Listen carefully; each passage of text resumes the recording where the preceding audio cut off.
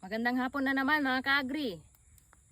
Ngayong hapon ay andito na naman ang inyong agrikulturista at meron na naman akong ibabahaging isang kaalaman sa ating lahat, lalong-lalo na sa inyong mga magmamais.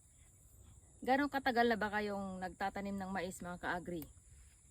At alam nyo ba kung ano yung mga palatandaan kung pwede nang anihin yung inyong mais?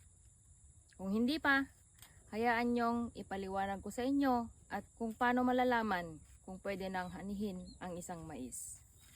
Unang-una, kapag tayo ay bumili ng binhi, syempre alam natin dapat kung ilang araw ang maturity days o kung ilang araw pwedeng anihin ang ating mais pagkatapos natin itong itanim.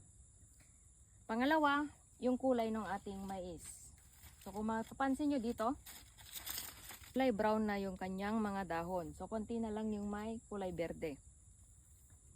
So ito yung palatandaan na pwede na siyang anihin visually. Pangalawa, ito yung pinaka-importante mga ka-agri.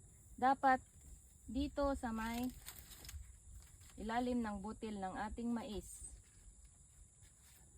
ay meron dapat siyang black layer.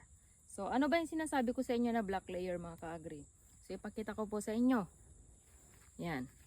Dito sa may ilalim ng kanyang butil, meron tayong dapat makikitang black. So ito yung pinakapalatandaan mga ka-agri na yung ating butil ng mais ay hindi na kumukuha ng suporta mula dito sa kanyang mother plant. So kung ganito na po yung itsura ng butil ng mais nyo, pwede na pong anihin yung ating mga mais.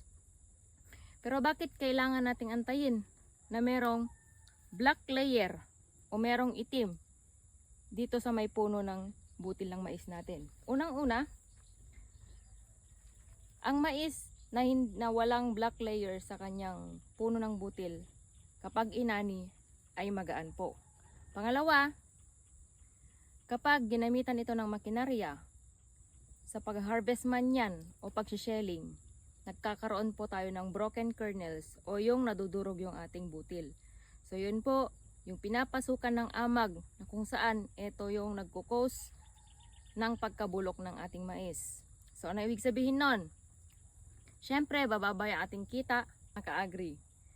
So, kung meron po kayo natutunan dito sa aking itinuro sa inyo na tips kung paano malalaman kung ating mais ay pwede nang anihin, please follow, like, and share po ng aking mga video.